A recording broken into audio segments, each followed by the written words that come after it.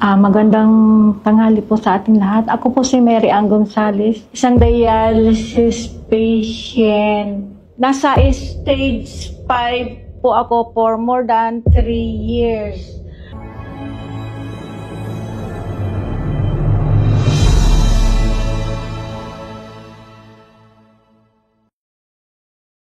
Magandang tanghali po sa ating lahat. Ako po si Mary Ann Gonzales, isang dialysis patient for more than 3 years and 2 months. Gusto ko lang i-share ang aking experience dito sa nakilala kong product. One time na may nag-attend ng meeting sa amin, bisita na pumunta doon, nag-alok ng isang product na yung EasyComer nga. Tapos doon ko na pakinggan yung mga testimony ng ibang pinakilala nila sa amin.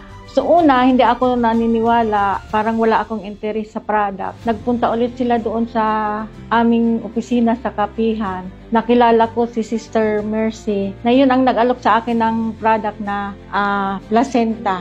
Ito po yung aking itrinay ng bago ako nag-take nito, aking creatinine ay 1,193. Nung ako nag-take nito ng isang bottle na ang naubos ko, bumaba na yung aking creatinine. Umabot na ng 493. Nasa stage 5 po ako for more than 3 years.